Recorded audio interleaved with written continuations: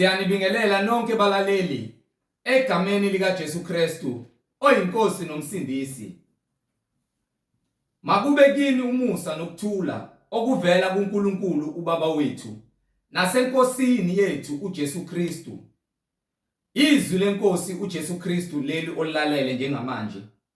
Izwi lenkosi uJesu Kristu lapho sishumayela khona sifundise siphinde sihlole imibhalo engcwele ngokwentando kaNkulunkulu kwindodana yakhe uJesu Kristu oyinkosi nomsindisi empilweni zethu. Sizocela abalaleli ukuthi wonke umuntu olalele njengamanje ukuthi abe neBhayibheli kuze sonke sizofunda kanye sibe nokuqonda imibhalo engcwele njengoba ishunyayelwa nanjengoba ifundiswa njengamanje.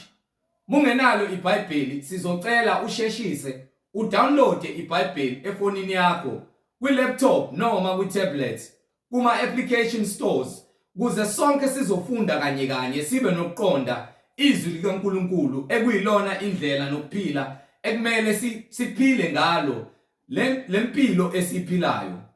Kulabo abalalele abafuna ukubhabhadiswa egameni likaJesu Kristu ukuba bathathe imininingwane abayibona escreenini mawubukele, nalabo abanemibuzo mayelana neBhayibheli ungenakho ukuqonda odinga ukuthi ube nakho ukuze umkhole uNkulunkulu ngokomoya nangeqiniso, nalabo abanobufakazi inkosi uJesu Kristu ekunikezile umyalezo ukuba uthumele kubo bonke abanezindlebe kuze bonke abantu bafinyelele eklazini iqiniso.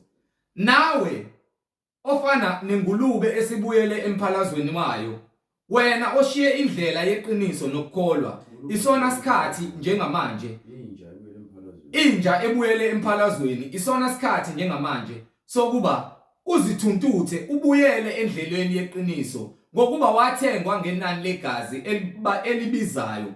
Njengamanje sukuma ulalele uzithuntuthe ubuyele endleleni yokuphila enguKristu Jesu oyinkosi nomsindisi isikhathi singakakufici. Bazalwane, imininingwane la sizokwazi ukuxhumana khona, i-email address ithi izwilenkosi.ujesukristu@gmail.com, izwilenkosi.ujesukristu@gmail.com.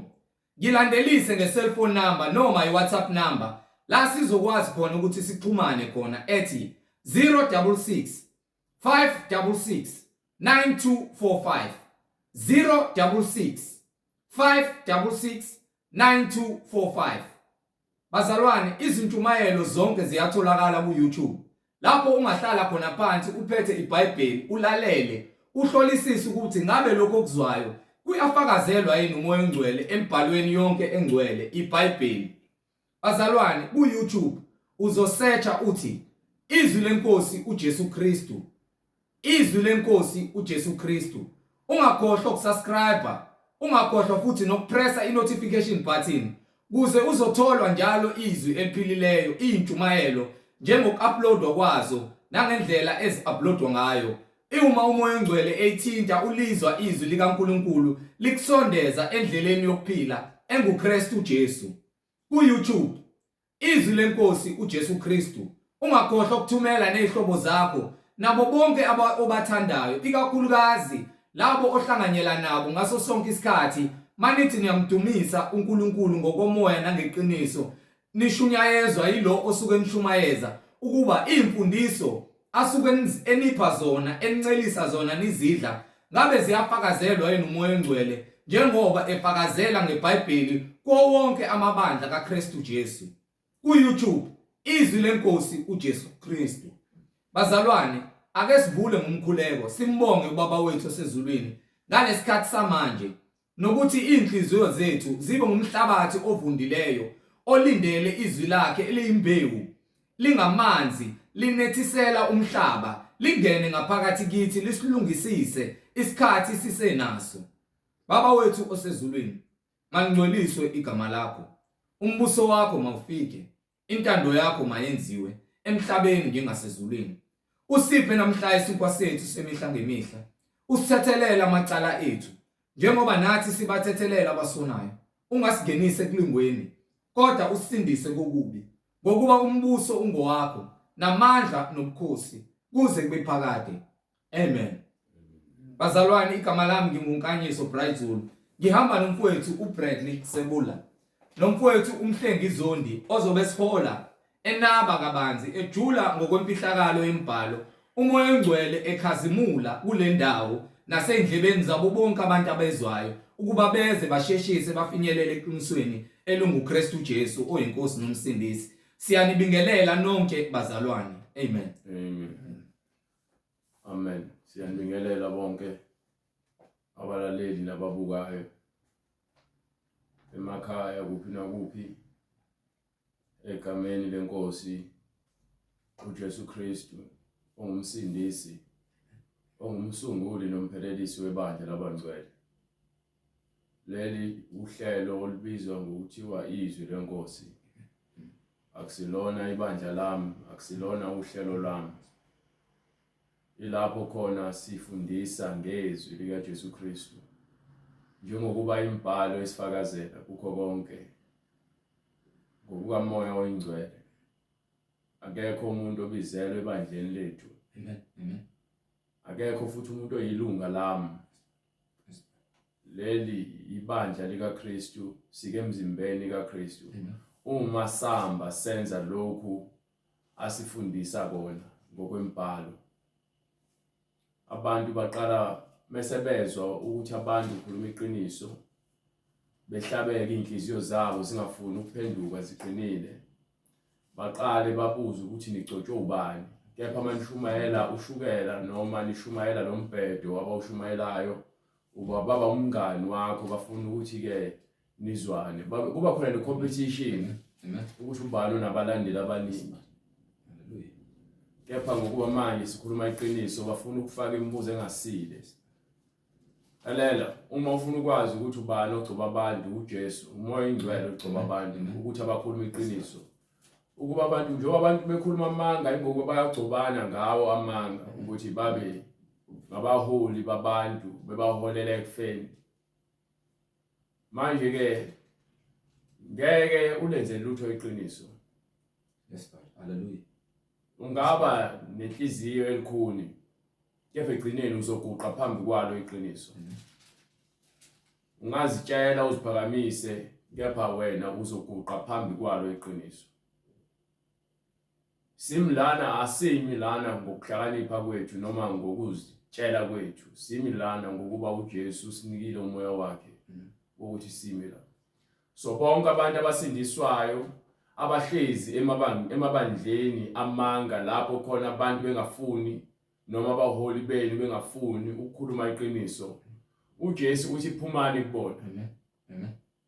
Ayazi lo ncwadi ngithi. Hallelujah. Hambe uncwadi yaseKorinte 2 Corinthians chapter 6. Sifuna ukutshela ngeBhayibheli. Ngeke sikutshele ngokuhlakanipha kwami futhi sokutshela ngale iBhayibheli. Why? Ngokuba sikhathalela umphefumulo wakho. Nihlezi emabandleni lapho kukhona singekho khona isambulo. Uhlezi uSathane noJezebeli kulolo sonto. Umoya ofebe nomoya wamanga nomoya wenkohliso. Uhlezi kulolo bandla. Ingakho abantu bobakhombisa indlela yeqiniso bafune uqale bagxeke abafuni ukuvula amehlo nabavula izinhliziyo namadlebe bafunde bathatha amaBhayibheli abo bawavule ukuze bezokholwa into ebhaliwe phansi. Ngenxa yokuthi nikholwa izinto ezishunyelwayo ngaphandle kweBhayibheli nanokuthi bathatha iBhayibheli baliphendule libe lento bafuna ukuthi libe yiyona. Banivale amehlo nijabule ngokuba ke banibambatha ukuthi nihlale ezonweni. Kepha uthi uJesu izimvu zakhe ziyalazi izwi lakhe and uma zilizwa ziyamlandela. Akulona izwi lami le awusindiswa yimina. Awukho futhi ebandleni lami. Awukho futhi emzimbeni wami. Angaze ngifele umuntu. Hallelujah. Angisoze ngafela umuntu. Amen. Ngiyofela kuJesu, ngeke ngifele uJesu. uJesu sesifele wavuka waphila. Hallelujah. Fanele sifele kuyena Amen. ukuze asivuse. Fanele usindiswe izwi lakhe hayi mina. Amen. Ukuba noma ngabe kuthiwa bengekho mina umoya engcwele mezambulile ukuzolifunda iBhayibheli lakho uqonde indlela yakhe mase uhambe endleleni yakhe. Manje ngokuba khona vele abamavila abadinga usizo sizobakhuthaza ngezwi ukuba babuyele eBhayibhelini ngokuba lamasonto ehlezi kuwona zowa angeke azawiswe yimina. Amen. Amen. Sathane usewawisile kusho ukuthi ke indlela yawo iyaphansi esihogweni. Ingakho lithi iBhayibheli zisindiseni. Yes, Lord. Hallelujah. So manje uma uJesu eshumayela ivangeli lakhe usebenzisa mina ukuthi ngilikhulume iqiniso ngokuba konke lokangambulele kona ukuthi ngitshela abantu iziphambeko zabo ufanele ngilikhulume ngokuba umbhalo uthi uma mina ngalikhuluma iqiniso igazi lenu lisoba sezandleni zami noma ekhanda lami. Amen. So ngimele ukuthi nginitshele iqiniso. Angikhathali ukuthi ngabe usuluhole ibandla isikhathi esingakanani. Ngabe ibandla uluholela endaweni efanele yini? Ngabe ushumayela iBhayibheli noma ushumayela inkanuko zakho nenhliziyo yakho? Ingakho senixekana ngamaBhayibheli nilwa namabandla namalunga esonto ngokuba yana kanibuza imibuzo ukuthi why ngakwenza ukuthi seniyabathuka ngeBhayibheli ngokuba yena nifuni ukuthobeka ngaphansi kwesandla sikaNkulunkulu. Nifuna ukuzenzela umathanda. Hallelujah. Jesu konke phambi kwakhe kwambuliwe. Amen. Amen. Akwambulwa umhlengi. Amen. Mina ngishumayela ivangeli lambule ukunqunu bakho likhombisa ukuthi uJesu uyakutshela ukuthi wena uzitshela ukuthi ucebile. Unemali nakho konke awudingi lutho kanti awuzazi ukuthi wena unqunu. Uhluphekile awufuthi impumputha awuboni. Uthi thenga kuyena igolide elifakiwe emlilweni. Uza kukunika impahla yokugqoka umbathe ngokuba unqunu uhambaze njengokuba uhamba ngamanga njengoba uhamba ngenkohliso nangobufebe udedela konke ukungcola kwenzeke phambi kwakho ukuthi uzibiza ngomholi. Ngakho ke iBhayibheli liqondisa yonke into. Aliqondisi wena kuphela liqondisa nami. Amen. Amen. Qondisa mengithi yonke into edaliweyo uthi uJesu wambani nezizweni zonke nishumayela kukho konke okudaliweyo. Nami lishumayeliwe kumina iBhayibheli. Bengeke ngishumayele ngento engazange ngishumayele kumina. Umoya ongcwele uyashumayela kumuntu. Hallelujah. Hallelujah. Akhulume nosidalwa sakhe. Lesi ke isidalwa esithobekileyo siyalizwa izwi simfunde ngempela ubaba waso ngokuba ubaba wethu sonke umoya ongcwele. Kepha khona umoya ongcwele azobaphika ngokuba bamaphika nkani. Bahlezi enkanini. Bahlezi ezonweni. Hallelujah. Obanike lencwadi le engibezele. Incwadi yesibili kwabaseKorinte isahluko 6. Yes sir. Hallelujah. Sahluko 6. Hallelujah. Ngithe ngifuna isahluko 6 verse 14. Verse 14. Maningaboshelwa ejokeni linye nabangakholwayo. Ninabantu ke nikhona emabandleni lapho khona bephikisana nemfundiso ephilileyo eseBhayibhelini. Labo bantu abakholwa. Ninabantu enhlezi khona ebandleni lapho bethi ke ayikho inkinga ukuthi abantu besifazane bafaka amabhlukwe noma bangahamboza amakhanda bafaka amawigi. Lolo bandla ibandla likaSathane. Labantu laba baya eShembe. Lolo bandla lelo ibandla likaSathane. uNkulunkulu akazasibize ngoShembe, akazathumela eShembe. Amen. Wathumela uJesu. Yes Lord. Yes Lord. Hallelujah. Futhi azange athi uJesu asigcina isabatha. Amen. Amen. Kusho uShembe. Yes Lord. Ngendlela yabo futhi. Bathi ke hlabelana amadlozi, hlabelana amadimoni. Jesus. Bathi fakani iziphandla. Akulona ibandla likaJesu lelo. Yes Lord. Hallelujah. Sikhuluma ngebandla likaJesu, sikhuluma ngebandla likaShembe noma ibandla lomuntu. Yes Lord. Ninabantu endukiso omfundisi umageja bese hlabelana amadlozi nama oNkulunkulu benamadlozi. Amen. Ayiqali lonto eBhayibhelini ikhona. Hallelujah. Hallelujah. Ukuthi baningi abantu ababebizela abantu ekufeni kanjalo. Amen. Amen. Wayethi uNkulunkulu ngomthetho omdala labo bantu kufanele babulawe. Manje sekuyisikhathi ukuthi baphenduke. Bashiye lo msebenzi yabo wezandla ngokuba imisebenzi ezabhubha. Sibizelwe ekungcweleni, asibizelanga kumsebenzi leniyenzayo unikhonza izithombe nokudaliweyo ngaphezulu komdali. Nikhohliswa abaprofeti bamanga beza egameni lobuprofu abaprofeti beza ngenkohliso. Nina abantu elilandela umfundiso uPastor Zondo, uPastor Zondo ubizwa ngoMpastor Zondo. Akayena uPastor, uyi-motivational speaker, uyisebenzi esibiziwe uSathane ukuthi azokhohlisa abantu ngemotivation. Abantu kumele basindiswe ezonweni zabo. Nina nishumayela ngemali. Nishumayela ngenhlupheko yasenyameni.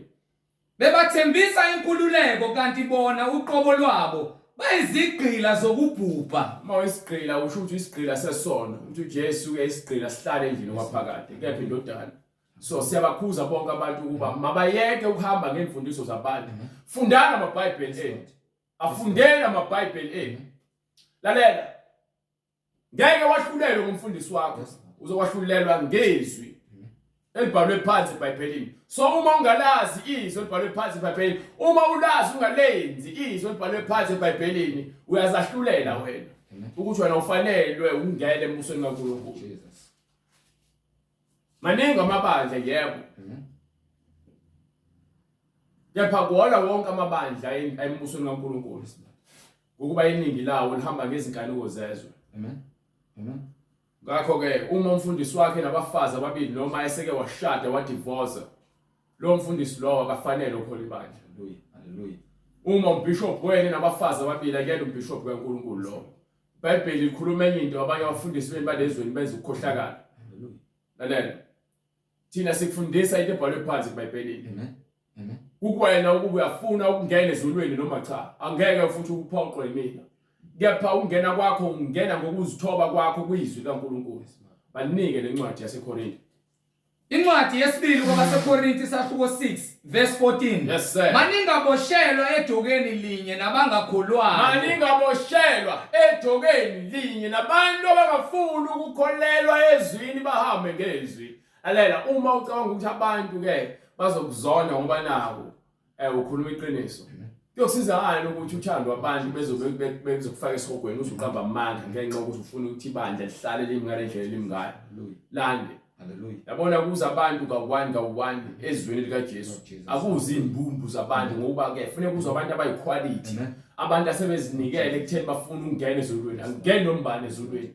Angene lutho olungcolile. Nami uqobo uma ngingcola ngeke ngize ngingene. Kufanele ngiziclean, ngizigeze, ngizihlanze ngalo izwi likaMoya Ingcwele. Futhi uMoya Ingcwele ufuna ukungigeze, ugeze yonke imisebenzi yenyama. Mina ngiphilele yena kuphela. So uma ngizohlala ebandleni lapho khona ngashungayela ivangeli, mina ngiyazinikela ekufeni ukuthi mina ngifanele ukufa. Njengabo labo abantu abangafuni ukufunda nokwamukela ivangeli. Uma ukhombisa umuntu iqiniso engafuni ukulandela myeke. Hallelujah. Ungazikhathazi kepha phuma kubona. Amen. Lalela. Abantu bacanga ukuthi ke uma ushiya ibandla so lahlekelwe. Noma bacanga uhamba ngeke ubashiye ngokuba ngeke kuzuye kweindawo. Futhi akukhathalekile ukuthi ngabe sonesikhathi esingakanani uhamba lelo bandla. Ngaba iminyaka uthola ukuthi yonke leminyaka ewu25 iminyaka ewu50 uhlezi emangeni. Hallelujah. Yes Lord. So manje uJesu ufikile uzokhulula wena uzothi hayi ngokuba kade ngahlala bazothini. Hallelujah. Ngawuthi umthembu uJesu. Futhi wena unako uthemba unethemba kubantu. iBhayibheli lithi qale kusiwe umuntu othemba lakhe likubantu noma elisenyameni. Ukuba uthatha inyama noma ingalo yomuntu ayenza amandla akhe kusho ukuthi uMoya Ingcwele akamthembi. Nabantwana bakaIsrael benza njalo. Ngesikhathi uNkulunkulu ebakhipha eGibhithe bese befika ngasolwandle libomvu base bengabaza befuna ukubuyela eGibhithe. uNkulunkulu wenza indlela. Namanje uNkulunkulu wenza indlela ukuthi wena ukwazi ukuthi uthole iqiniso. Kukwena ukuthi wena ufuna ukuhamba ngeqiniso noma ufuna ukuhlaza emangeni noma nasekufeni. Hallelujah. Kepha iqiniso kaNkulunkulu limile lizokhipha ekufeni ukuthi ungafeli emanyaneni ngokuba siphila kwizikhathi zokugcina. Asazi uJesu uzobuya nini.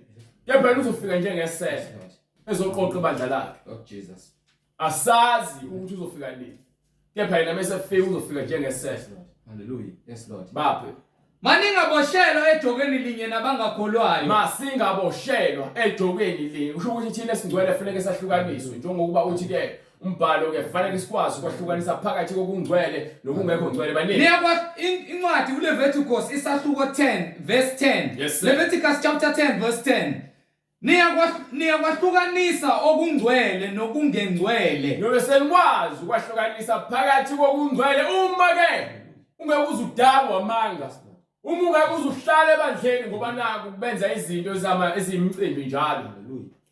Niyawahlukanisa okungcwele nokungengcwele. Ngiyobe senikwazi ukwahlukanisa phakathi okungcwele nokungengcwele. Okungcolileyo nokuhlambulukileyo. Okungcolileyo nalokho okungageziwe. Kusho ukuthi manje konke kufanele kugezwe. Uma niphila ebandleni lapho khona abantu bengageziwe, nizobona ngokuba yini abahambi ngembhalo ebhalwe phansi eBhayibhelini. Imbhalo iyona esilethela ukuphila, izwi likaJesu Kristu. Nize nifundise abantwana bakaIsrayeli zonke izimiso uJehova azikhulume kubo ngesandla sikaMose. So lezi zinto lezi zibekelwe thina ukuthi sifunde.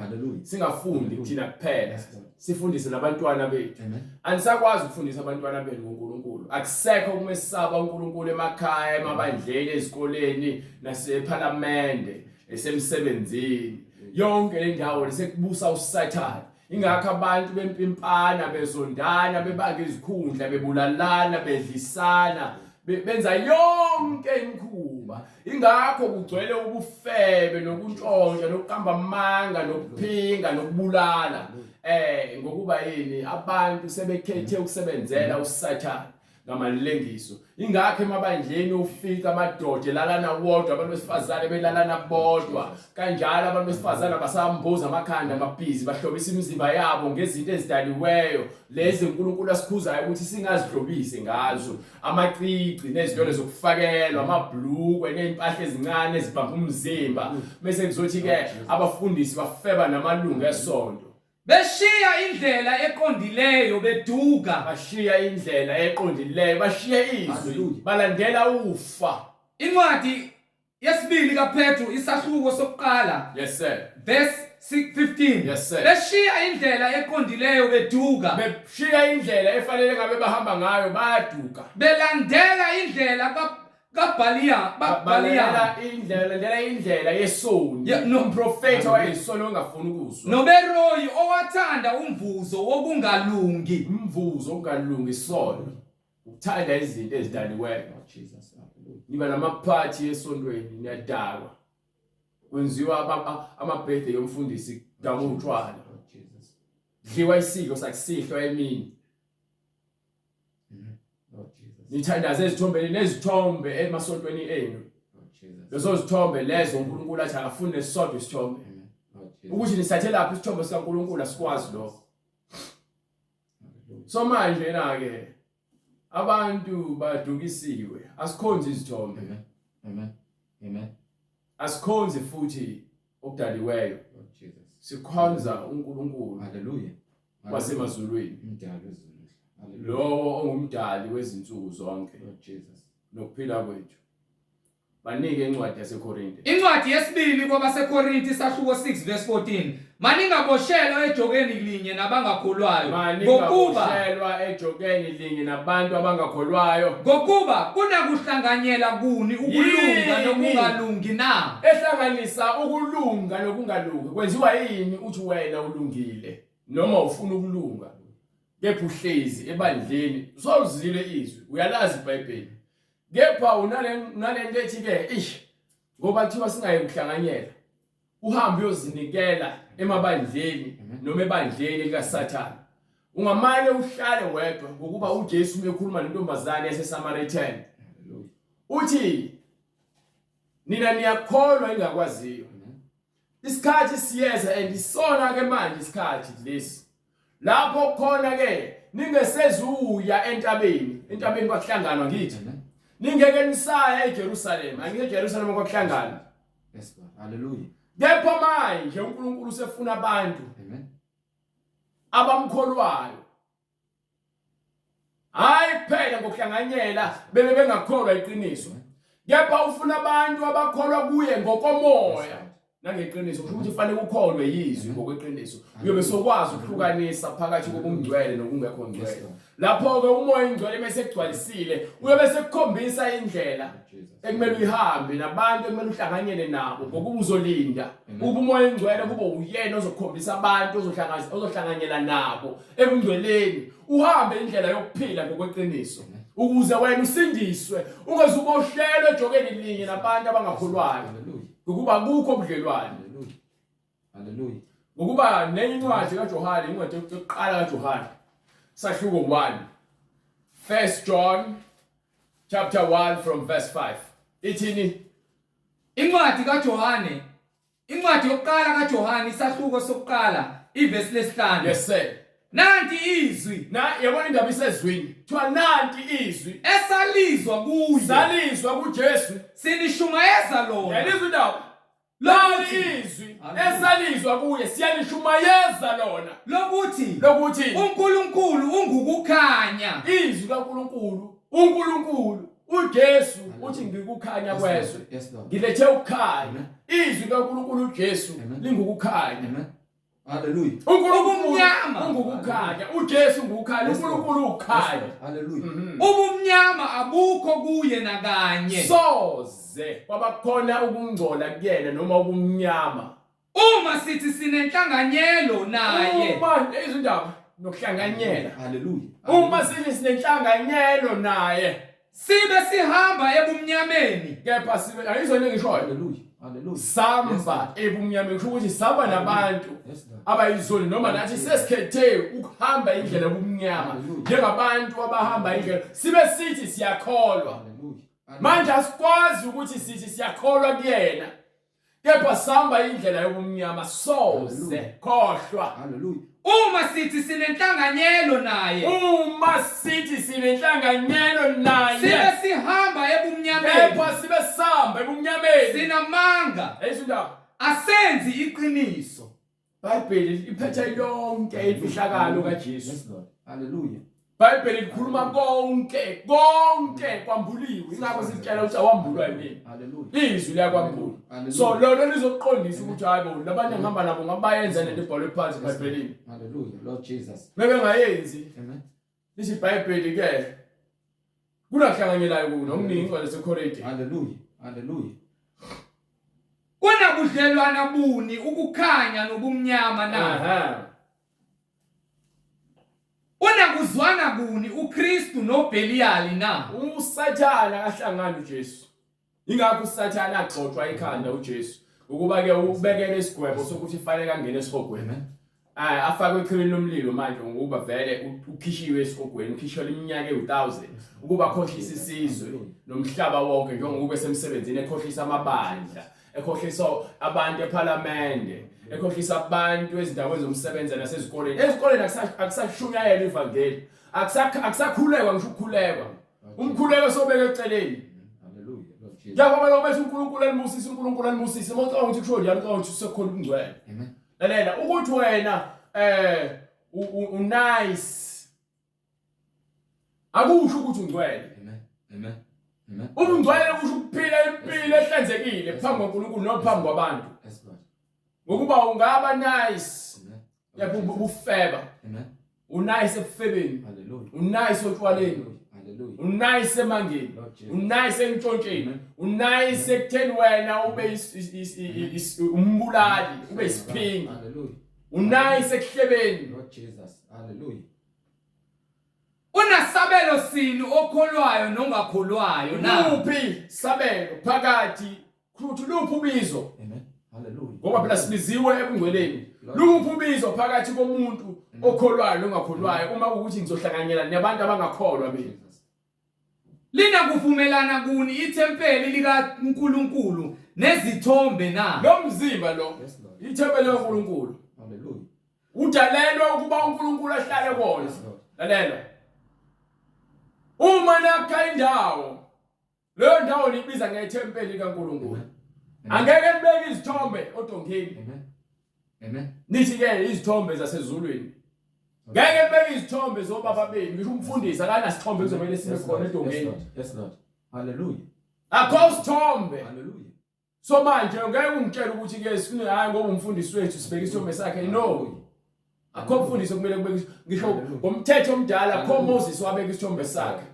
Akho ngisho Aaron. Hallelujah. Ngisho uJesu uthi asikholwe yizwi. Asho ukuthi asikholwe isithombe sakhe. Oh Jesus. uNkulunkulu uyazikhazimulisa endlo yomzimba, abantu babhizi babheka umzimba nenyama, babheki izwi, abalaleli izwi. Ingakho abaningi babhubha nabanye eJerusalema amaJuda abhubha ngenxa ukuthi ayebheka inyama, basho uJesu nahlulela ngokwenyama, inkinga yeni leyo. Amen.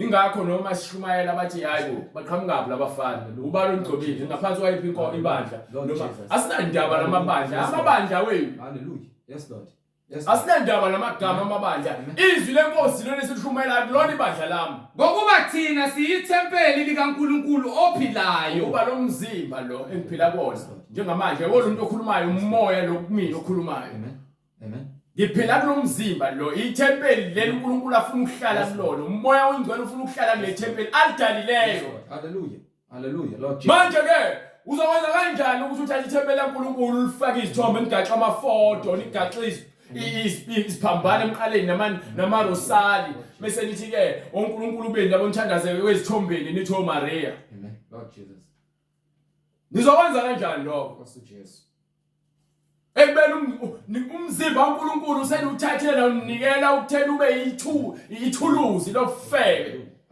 hallelujah sihlanze Nkosi nifeba namadlozi nifeba nabantu besifazane nifeba namadoda nifeba nabanye abafana nibulawa umoya obukhomahosha nikhosha yonke imimoya nibe senizibiza abantwana bakaNkulunkulu nithi unithanda khona ninjalo lalela uthi ke sisayizoni wasithanda yes Lord hallelujah wasifela akasifelanga ukuthi sihlale sibe izoni ungazikhohlisa kancane ukuba umbhalo uthi ke kuyenzeka ukuthi umuntu bese sindisiwa aqhubeka ahlale kufebeni iBhayibheli liyaphika lithi cha hallelujah ukuba uma safa naye savuswa naye so uma inyama lemisebenzi yayo yafa kwavuka umoya awuvuke phela umoya awuhlukane nemisebenzi yomngcwele banini hallelujah incwadi kwabaseEfesu isahluko sokuqala verse 4 njengalokho asikhethele kuye ngothando ngaphambi kokusekela kwezwe ukuba sibe ngcwele manje sibizele umngcwele sibizelanga indaba yethu asihlale ezonweni zethu singabi nakusolwa phambi kwakhe sisoleke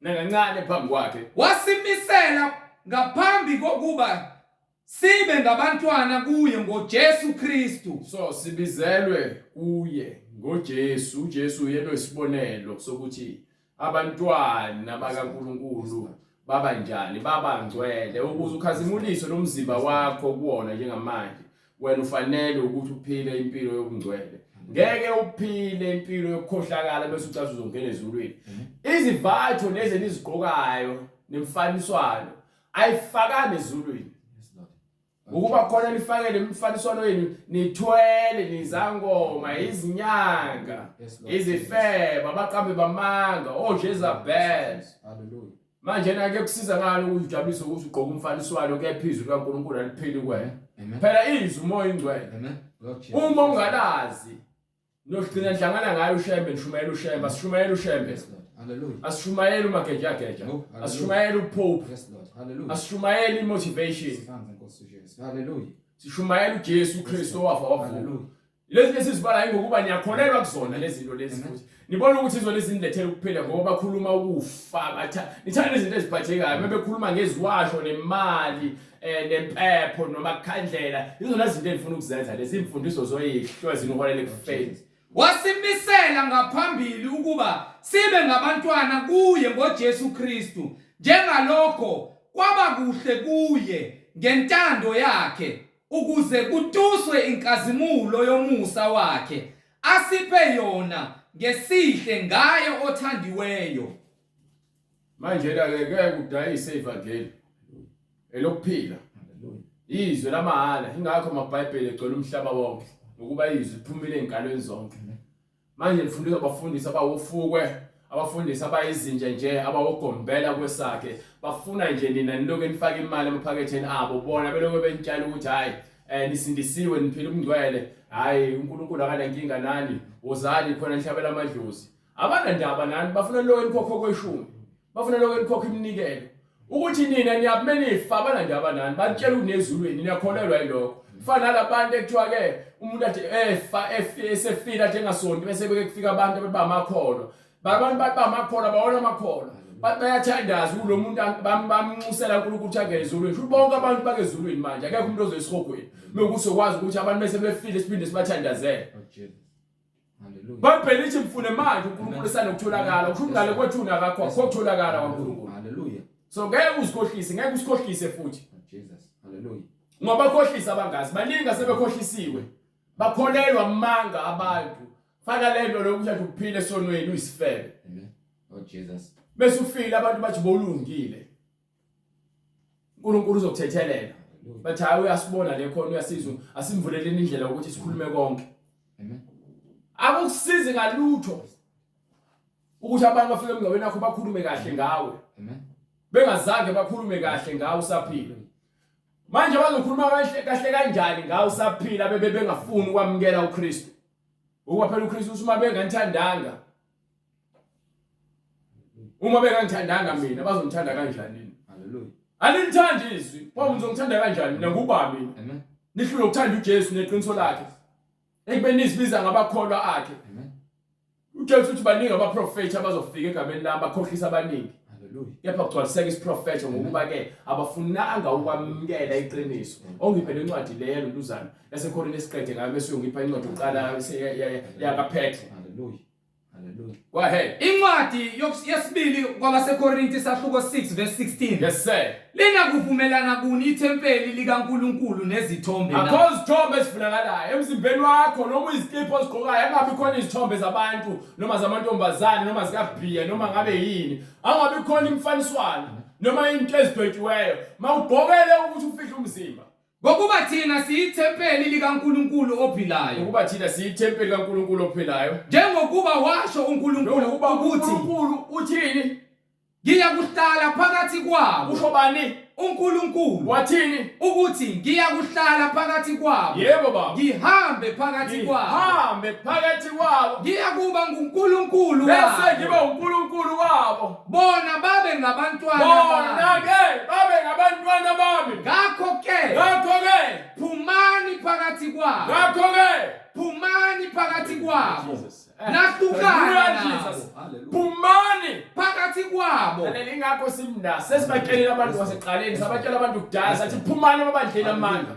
Phumani phakathi kwabo. Phumani emabandleni lapho khona bengafuni ukuhlala kusisekelo seBhayibheli. Nahlukane nabo. Phumani ebandleni lapho khona liholo abanosifazane. Nahlukane nabo. Phumani lapho khona umfundisi wakhona nabafazi ababili. Nahlukane nabo. Phumani ebandleni uma umfundisi eseke washada wadivorce umfazi wakhe oqala usaphila. Nahlukane nabo. Isho inkosi. Phumani ebandleni lapho khona liholo wakhona ezitabani. Nahlukane nabo. Isho inkosi. Usho inkosi.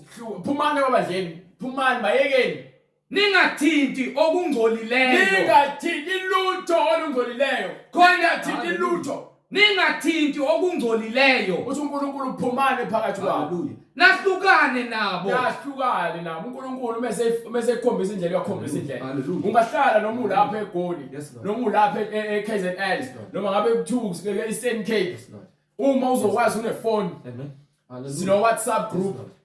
Sikhethe groupini siyakhuleka njalo ngomsombuluko nangoLwesithathu njalo siyakhuleka siyahlanganyela YouTube. Hallelujah. Na YouTube sikhona manje siyakubona lokho ukubuka ivideo senjalo ukuhlanganyela ukuthi sibe sonke emkhulekweni ngokuthi abalulekile kuthiwa sikhuleke singaphezi ungabheka ukhuleke nezona abantu abangafuni ukuzwa izwi ngeke uzokwazi ukuthi uzothini uNkulunkulu ngoba bakutshela ukuthi uvuma izono zakho. Phumani phakathi kwabo. So iBhayibheli litshela ukuphuma phakathi kwabantu abangafuni ukukholwa kuyizwi likaNkulunkulu. Nahlukane nabo. Wena uzozikhethela ngeke ukhethiswe ngenkani. Isho inkosi. Usho uJesu. Ningathinti okungcolileyo khona ngiyakwanamukela.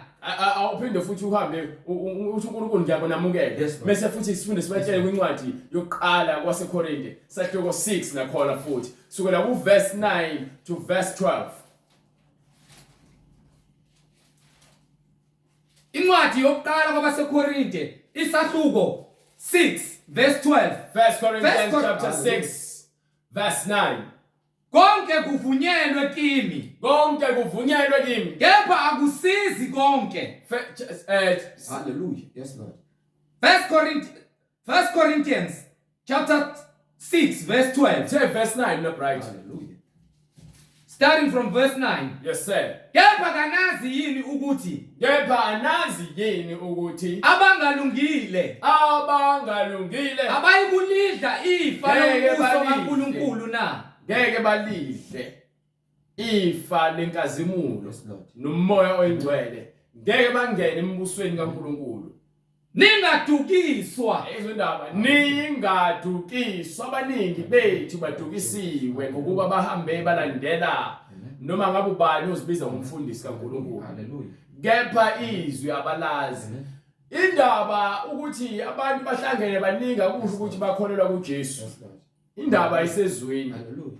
Uma lingashunyayelwa ivangeli elibhalwe phansi eBhayibhelini ngokuba ke ithi incwadi ya Isaiah sahluko 28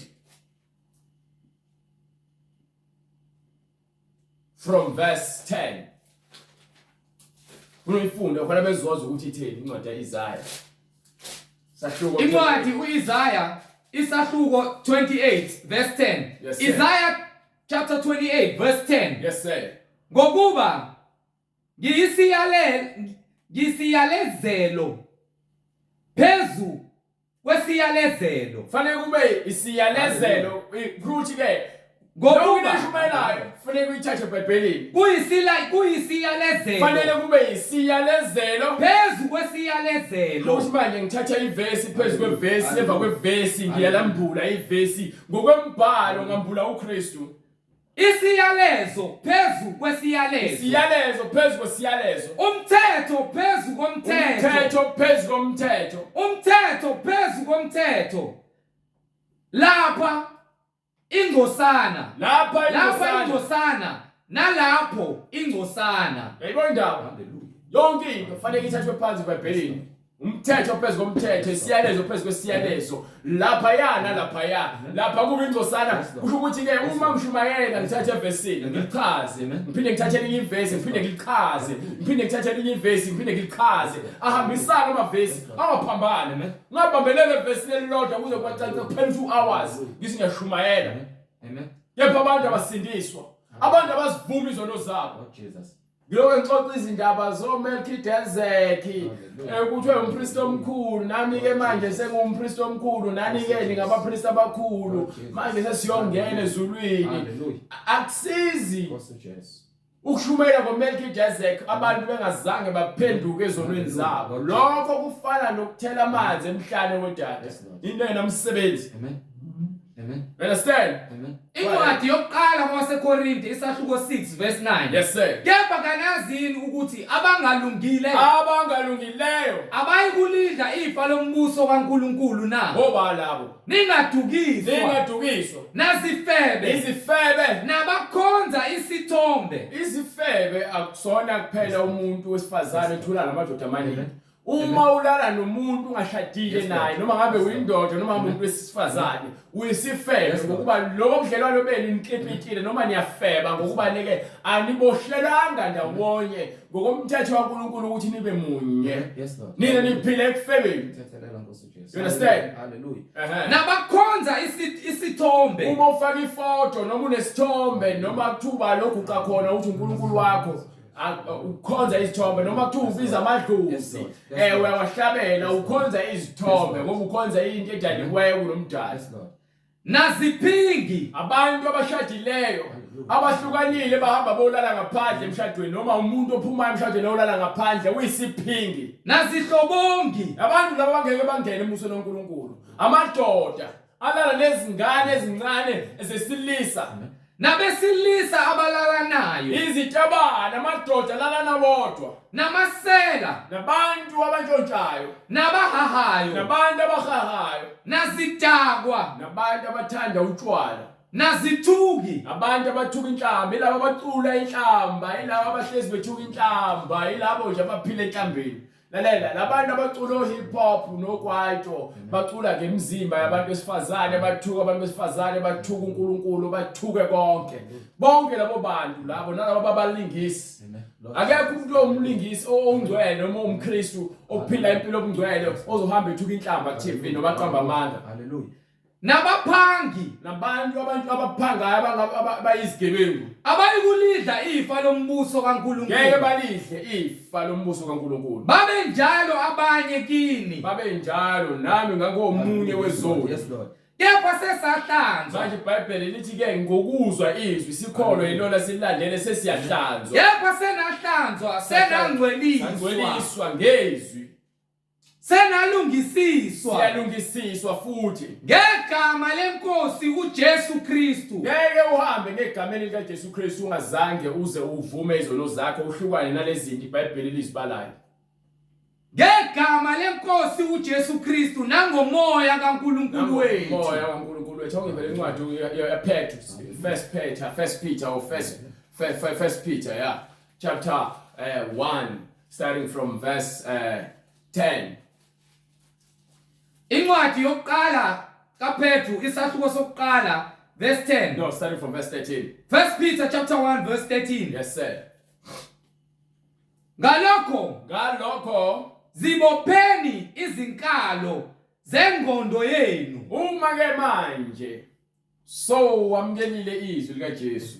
Hallelujah. Lethi iBhayibheli bopha ke manje izinkalo zengqondo yakho kusho ukuthi ke qinisa ingqondo yakho ezwini noma uhlale kusisekelo seqiniso.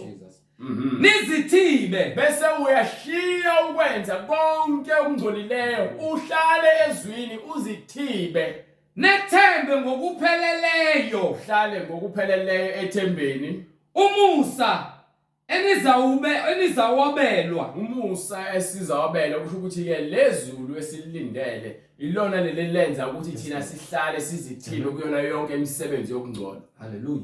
Nethembe ngokupheleleyo umusa enizakuwabelwa ekwambulweni kukaJesu Kristu. Yes sir. Njengabantwana abalalelayo ningalingisi izinkanuko.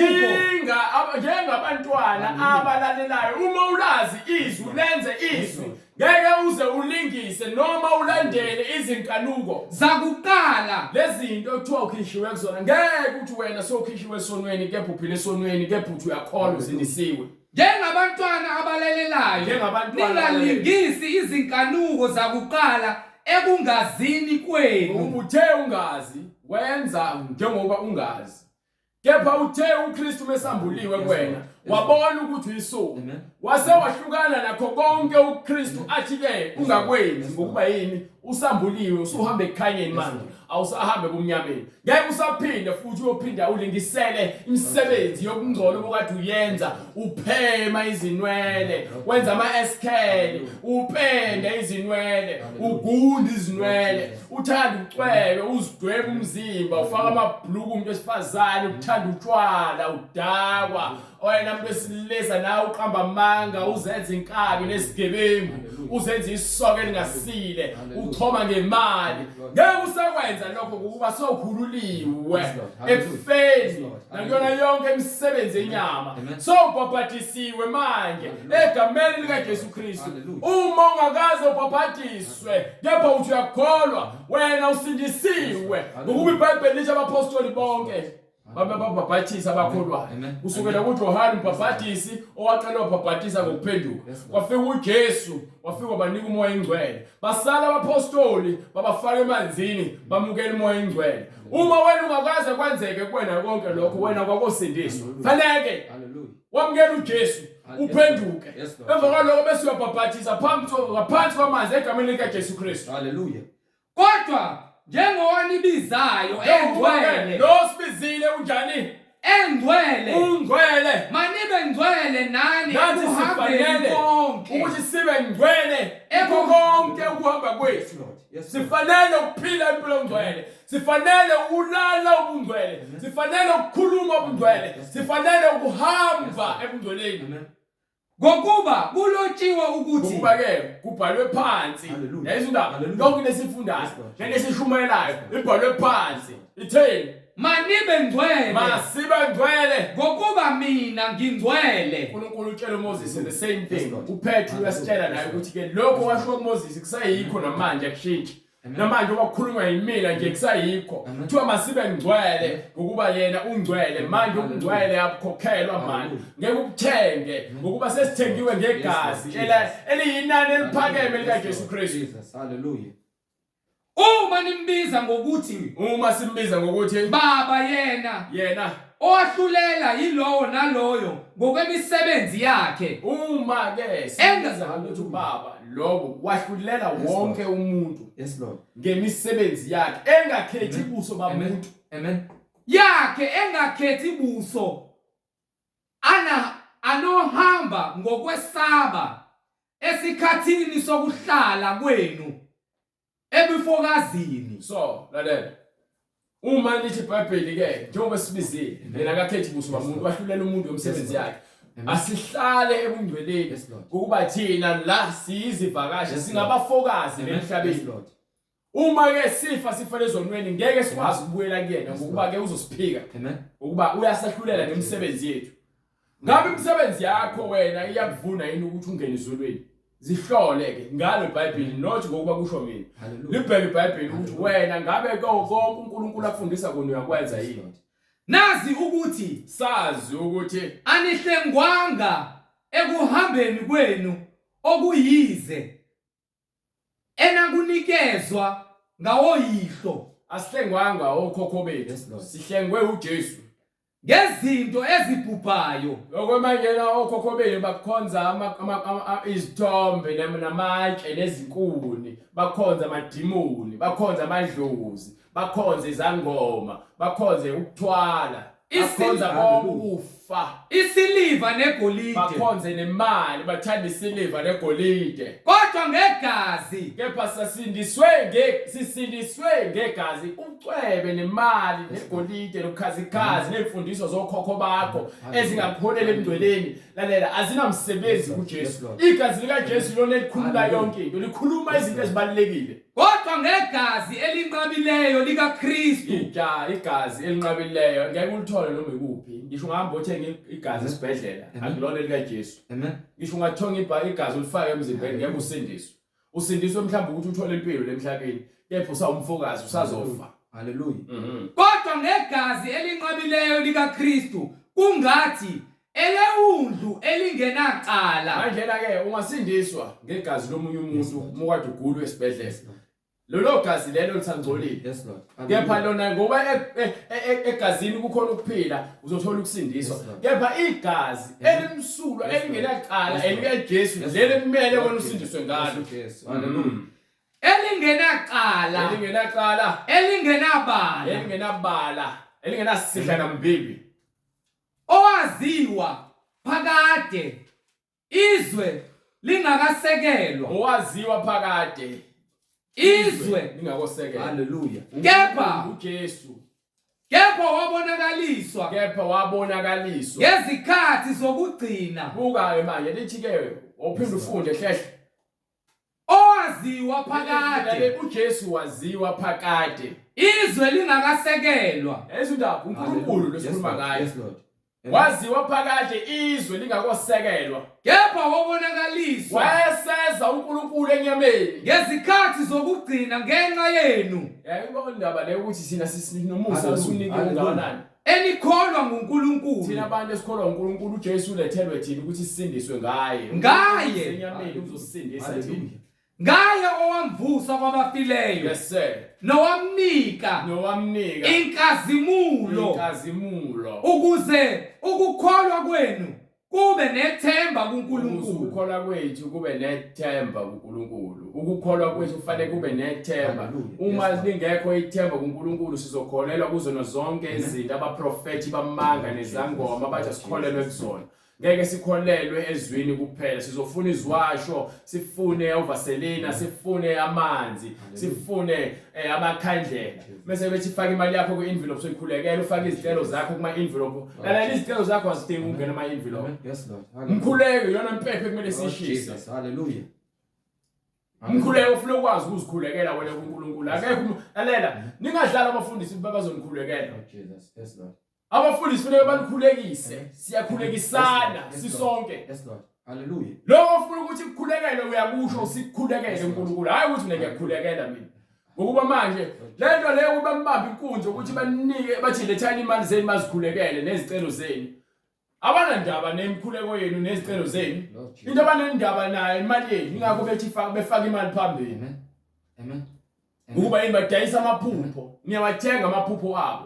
Uma unikela ebandleni unikela imali ngokuba uNkulunkulu uyalila ukuthi abantu abanikele nanokuthi kokweshumi uyakunikela. Akekho umuntu ophoqile.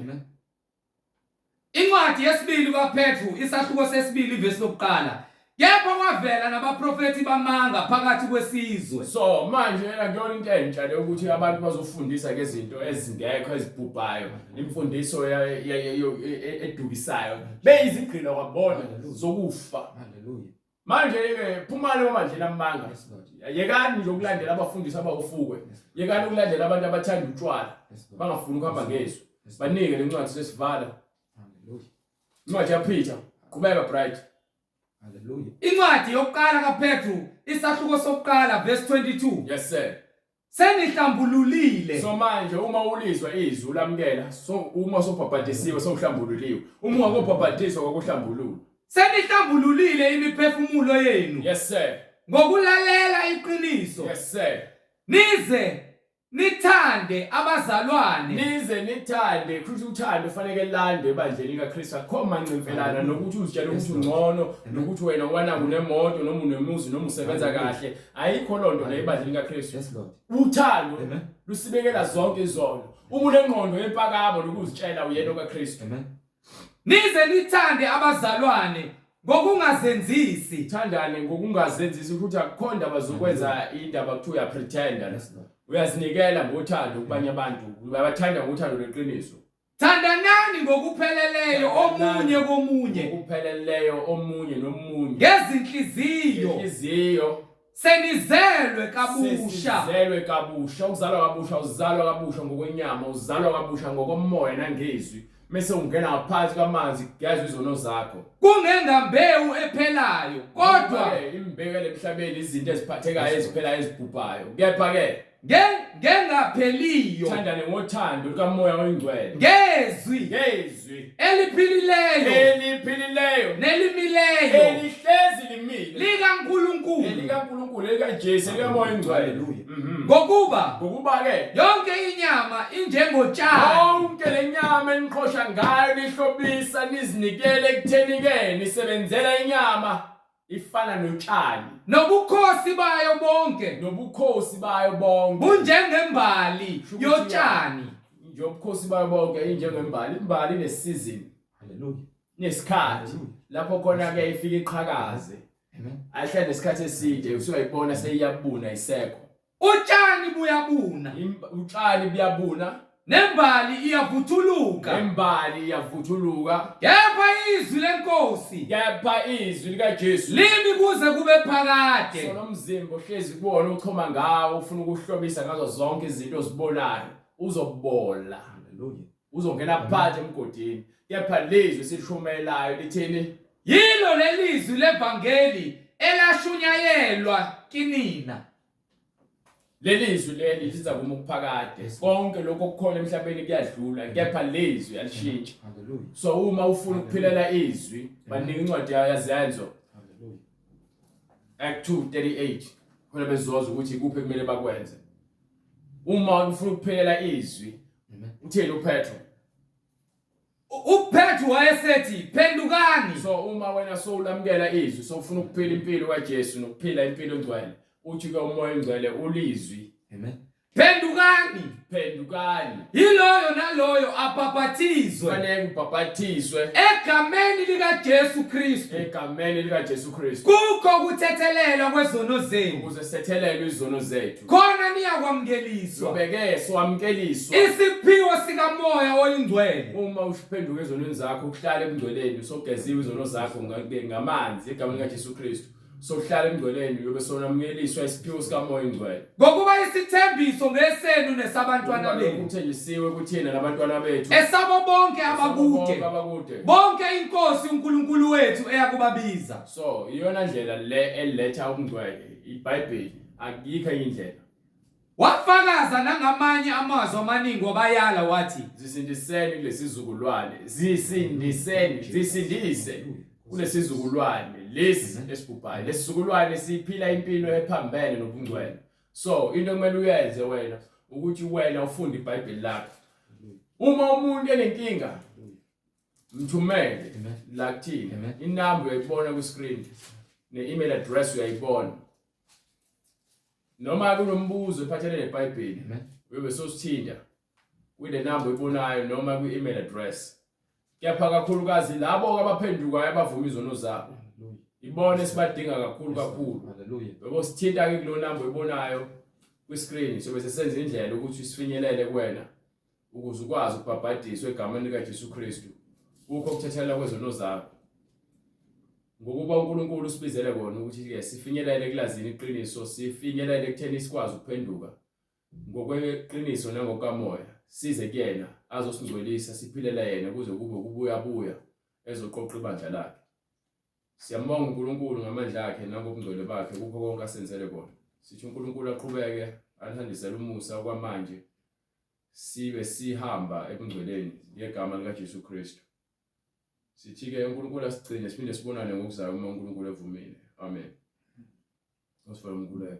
Baba egameni lenkosi yethu Jesu Kristu uNkulunkulu onamandla siyabonga Nkosi uJesu Kristu ngezwi lakho elingcwele elisivusayo kuyo yonke imoya yabaprofeti bamanga kuyo wonke amacebo nemicibilisholo kaSathane omangalela abazalwane ngazo zonke imfundiso Nkosi ayitshalileyo emhlabeni ukuba zihole laba abadukayo bengalithandi iqiniso. Kepha siyabonga Nkosi uJesu Kristu ukuba sithe uthandweni lethu sikufuna Nkosi uJesu Kristu sangabambelela emfundisweni eqinileyo salelela bona Nkosi saba abayiqalekisayo ngoba uqalekisiwe umuntu obeka ithemba lakhe kumunye umuntu. Siyacela Nkosi uJesu Kristu usithethelele Nkosi sesiphendukile izinja ezibuyele emhlanzezweni wazo sesiphenduke izingulube ezibuyele udakeni. Siyacela Nkosi amandla enkazimulo amandla egazi lakho asihlanza asindisa Nkosi sisamkela ivangeli ngokomoya nangeqiniso. Siyacela Nkosi usenzele umusa uphinde usivuselele. Siyabonga izwi lakho Nkosi elisivusayo kuzo zonke imfundiso zokuduka komhlaba uyasikhombisa wena ukuthi unomusa empilweni zethu. Siyacela Nkosi uphinde ugcine nalabo Nkosi abalizwayo izwi lakho ngokuqala ade bengenakho ukuqonda kuba wena uyakhuluma endlebeni zomuntu.